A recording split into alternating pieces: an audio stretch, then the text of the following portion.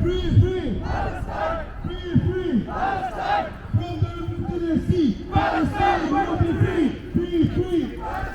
Free, free! Free, free!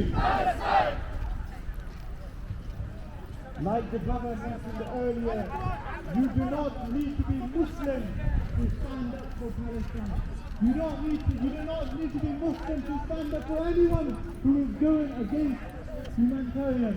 I've got one brother here who's an anti-Zionist Jew, and he would like to come forward and say something.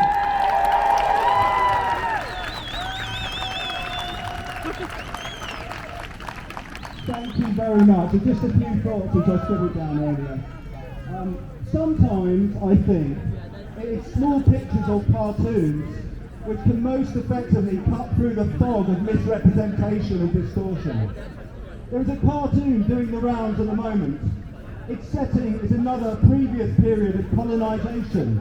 Not Palestine now, but the end of the 19th century and French colonisation of China. There are two pictures side by side in this cartoon which targets the mainstream media of the time. One shows a downtrodden, low-paid Chinese worker with his hand on the throat of a French soldier who is lying on the ground. The worker is threatening him with a sword.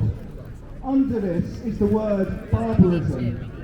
And then besides this picture is another one showing the positions reversed. So the French soldier is now brandishing the sword and holding the throat of the Chinese worker who is lying on the ground. Under this picture is the word civilization. So when the inhabitants of Gaza, who are now and have for decades been literally treated as human animals, to take the recent words of the Israeli Defence Minister, when they do fight back in their own self-determined way, as is the right of colonised peoples, Israel and its supporters internationally, of course, use this to both excuse and give the green light to Israel's own barbarism and disguise Israel's and their own fundamental criminal role in causing the violence in the first place. We might wish for a different face to the Palestinian resistance, a different ideological packaging in accordance with our own ideals. But the history of anti-imperial struggle does not work like that. The reality is that in all previous Israeli attacks on Gaza, Palestinian militants have been celebrated around the world, especially by ordinary people in the Middle East, as a thorn in the side of big power interests in the region. We have to go all out now to redouble our efforts to broaden and strengthen the movement in support of Palestine. A movement which is so intimately bound up with a fight against the rotten, Western-supported dictatorships which scar the lives of millions across the region. Long live Palestine! Long live the struggle of the Palestinian people, the inspiration of the Arab Revolution! What did the cash? Just cash! Yeah, do you got cash?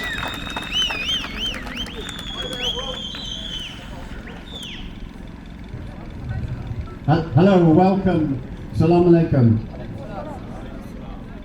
It's normally me working the PA system, so I've been told not to stand in front of it. When I was living in Easton 10 years ago, a lot of you will know me by the name of Ed Hill. That was a cover name while I went over there to make amateur documentary films about the injustice in the West Bank. I was new to it. 2005, they say going there will change your life. I thought they were exaggerating. Looking back now, that was a real turning point, certainly in my life.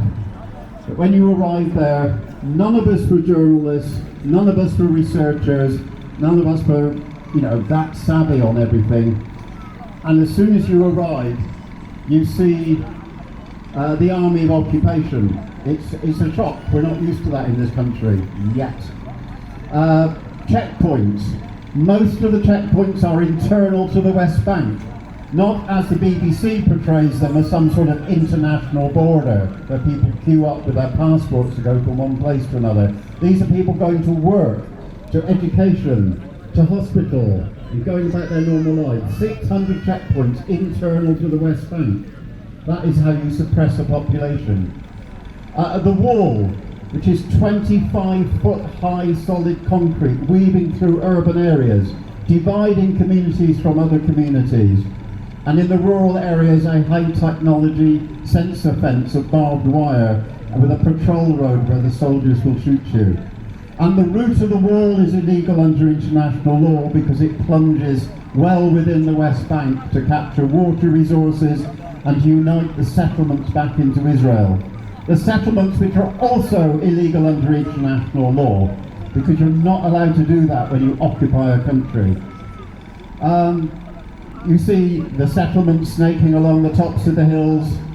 You see the apartheid roads, the roads that the settlers are allowed to use but not the local Palestinians. And if you're not aware, South Africans who fought against apartheid there say that the Palestinians in the West Bank suffer worse apartheid than they did in South Africa, and that's certainly saying something. We were helping with the olive harvest, and we'd be woken up in the middle of the night by loud bangs. It's the soldiers visiting the village and throwing grenades around. That doesn't happen in Bristol, does it? And next morning we walked around to meet people. So they'd been to someone's house, the soldiers had smashed the windows, they'd hammered on the door, the wife came to the door, the husband was away, they terrified the children with pointing their guns at them, and not succeeding in getting her husband, who probably had done nothing wrong. They go to the next house and they take away the teenage boys, and then the next house and they take their teenage boys away as well.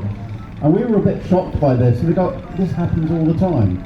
Every male growing up in the West Bank, at least once, will have been taken away by the soldiers, brutalised in the middle of the night, possibly at quite a young age, held in prison under terrifying conditions, and forced to sign a document in a language that they're not familiar with. This is how colonial policing works. It's called making your presence felt. And the soldiers who break the silence, and there's a very honourable group of soldiers who are shocked at what they've been asked to do, say every night they're on patrol and they have to go here and then there, then there and there, and raid the houses and throw the contents out on the street and brutalise people and take the young men away for no reason. And the Palestinians I met were universally peace-loving and forgiving and welcoming. The legendary Muslim hospitality. Even the Christians in Palestine were so welcoming, because that's their culture. And they saw us as visitors who were perhaps a shred of hope of getting their message out to the outside world. I didn't meet a militant. I didn't see a gun. These are people living under brutal occupation. I was only an amateur filmmaker, but I set about making these films, and this particular one is still up on YouTube. It has the not catchy title, Our Sufferings in This Land, because that's what a lovely gentleman said to me. We want you to show your film, to show people our sufferings in this land. And Bristol has stood on the right side of history. Can I go on? Okay, sorry. I looked up a few historical facts. It's 106 years since the Balfour Declaration, when Britain and their allies won the First World War and took over the Middle East to capture the oil resources. And in 2017, this most duplicitous statement to welcome in the Zionists without panicking the local population. It's worth knowing that the only Jewish member of the British cabinet at that time, Lord Montagu, voted against the Balfour Declaration because they felt it was wrong. Now this is British history, British colonial history, which I had no awareness of until I went to Palestine. It is 75 years since the Nakba, the ethnic cleansing of the majority of the indigenous population in 1948, under the noses of the British before they pulled out. It's 55 years since the Six-Day War, which occupied the West Bank and Gaza, one of the longest illegal occupations of our current times. And it's 16 years since the brutal blockade of Gaza. And how I despise the BBC, who say Hamas. And if you're not quite sure they're the baddies, they'll prefix it with militant Islamist Hamas, who seized power in 2006. No, they won the general election. They are the legitimate government of the whole of Palestine. And Israel facilitated armed fighters from Fatah, who were still holding the West Bank, to travel through Israel to carry out a coup in Gaza, and they failed. So that's how twisted the BBC are. And that's why some years ago we camped on their front lawn of the regional BBC office on White Ladies Road, until they had to go to court to get an eviction order because we were an illegal occupation. So I will finish with some of the things that makes Bristol special. Peace campaigners, artists, faith groups have all visited Palestine, and perhaps Bristol's most famous artist, Banksy, when I was there in 2005, had already done massive murals on the wall, and I'm sure you're all familiar with them. So I'm getting mixed up in my paperwork. Following the attacks on Gaza in 2008 and 9, a group in Bristol formed Bristol Gaza Link with the support of all the council, and it organised several aid convoys to Gaza, including an ambulance and a giant articulated truck loaded with donated aid, decorated with images of Wallace and Gromit, very Bristol style. The students at UWE went into occupation and won a conflict bursary for students to come from Gaza to study here in Bristol. In 2010, 2 Bristol citizens were within inches of death on the Mavi Marmara when it was the aid ship going to Gaza from Turkey, when it was bordered by Israeli commandos firing their guns and killing people left, right and centre. You're probably familiar that every time there's a ghastly situation like this, Bristol has risen up with marches of thousands. And you're standing a few hundred yards from something that's totally unique in the Western world. The Bristol Palestine Museum is just down the other end of the park on your right. And if you haven't visited there, it is an archive of culture and politics and displays and information of all this. And it's been there for 10 years. Put up your hands who has been to the Palestine Museum. Not everybody. So go and chat to those people who've got their hands up and say, just check where that is, I want to go, because it's really important. And it's part of the rich heritage of our city, run by volunteers, open every weekend, Saturdays and Sundays. I've been talking too long, but there's a lot to say, because the injustice in the world must be stopped, and Bristol can be a beacon of hope. Pulling down that slaver statue on the centre of Colston is just the beginning. So Bristol stands on the right side of history. You are wonderful. Bristol, you're fantastic. Free, free! Palestine! Free, free! Palestine! Free, free! Palestine!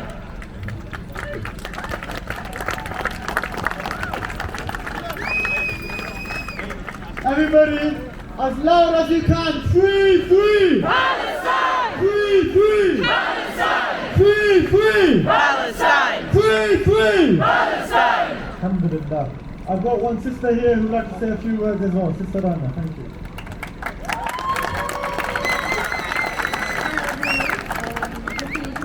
My name is Rana. I'm from Gaza in Palestine. My parents, just to give you a bit of a personal view, my parents lived in Gaza in the 2000 war, and they left after the war while my mother was pregnant with me. So I keep thinking these days that if they never left, I may be under rubbles of the building, or I may be 6 feet under. I'm currently talking to family and friends that are in Gaza, and I would just like for you to keep in mind that these people are not just numbers. They're not almost 2,000 people killed. they are humans and they are people and they have families and they have friends and they have kids and parents and siblings. And I would like to also just put a word out there for my friend Sarah. She's in Gaza. She lives in the Rimal, the place that has been bombed, carpet bombed past week. She had to leave, and I have no word, and I have not heard from her for 2 days now. And I really hope she's doing well.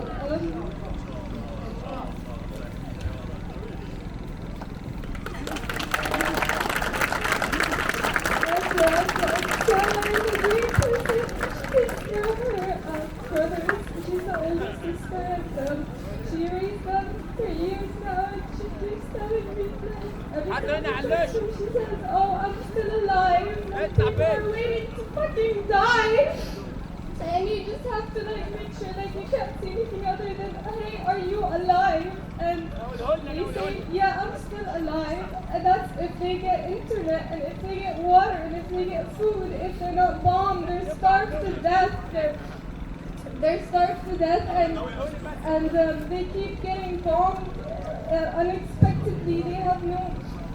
They don't get told when they're gonna get bombed. The people who were fleeing from the safe route were also bombed on a truck, and this is just inhumane. And I would like for you to just consider these people as humans and not as numbers, because they have feelings too, and they would like to be heard, and they would like for them to have a voice. And I would like for you to please keep my friend Sarah in your thoughts and prayers and her family, because it's really bad and she doesn't know if she's going to survive. And I really need to hear back from her, because I haven't heard back from her, and she could be dead and I wouldn't know, because there's no Wi-Fi and there's no internet and there's no electricity for her to text me or call me and make sure that I know that she's safe, because she's not safe. Even if she's alive, they're not safe. And I'm really happy that everyone is here and everyone's speaking up, but it's not enough. I know that we think it's enough, but it's not nowhere near enough, because as long as they're under siege and as long as they can't leave and as long as they're getting carpet bombed day and night, this will be remembered in history as one of the biggest genocides. 2.2 million people stuck in the Gaza Strip and they can't leave. Egypt recently, yesterday, they actually put up a cement wall so no one can leave. And they're all stuck there waiting to die, which is just ridiculous and disgusting. And if you're not here, then you're on the wrong side. Thank you.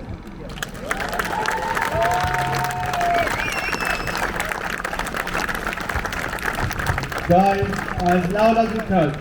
Free, free, Palestine! Free, free, Palestine! Free, free! Palestine! Guys, I can't hear you. Free, free! Palestine! Free, free! Palestine! From the river to the sea! Palestine will be free! Free, free! Palestine! Free, free! Palestine!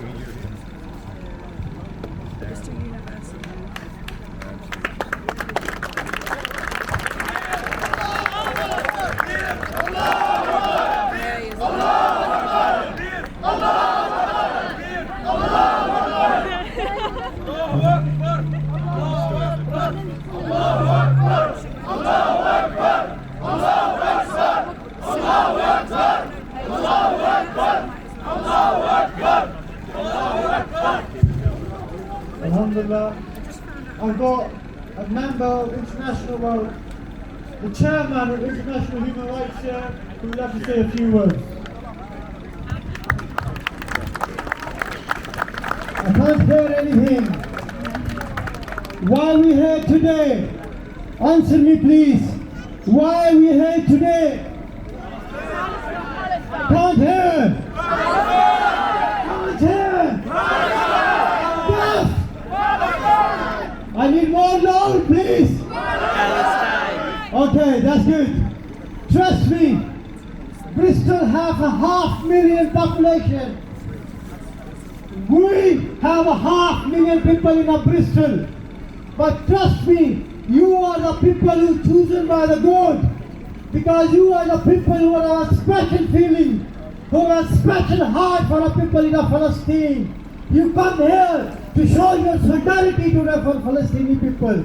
But what we can do, what we can achieve from today, yes, we can change the history. Yes, we can bring the prejudice for the people of Palestine. But how we can do, what we can achieve? We are in a Bristol, they are in a Palestine, about 300,000 miles away. How we can give them a help? Yes, I will tell you the way we will get them a relief. Pick up your food from your pocket. Go on your Facebook. I need everyone to take your phone out from your pocket, please. Take your phone out. Go on your social media. If you have a Facebook, if you have a Twitter, if you have your Instagram, hashtag yourself with the hashtag Bristol for Palestine. It's Bristol for Palestine. I can't see people getting your phone. I can't hear. I know you have a phone. I know everyone in this protest have a phone. So you can understand. We need to be loud. We need to be clear. We need to give our message. The people who are not listening us, there are so many people who are helping them. Are you ready? Take yourself, Bristol for Palestine. In a few days back, Bristol Municipal Corporation Office showed the flag of Israel. Do we represent any country? Do we represent any nation? Do we represent any terrorist? No! We are just standing with the people of Palestine. They need justice. What they need freedom. So when they wake up in the morning, their children can go to school. They can eat what they want. They can say whatever.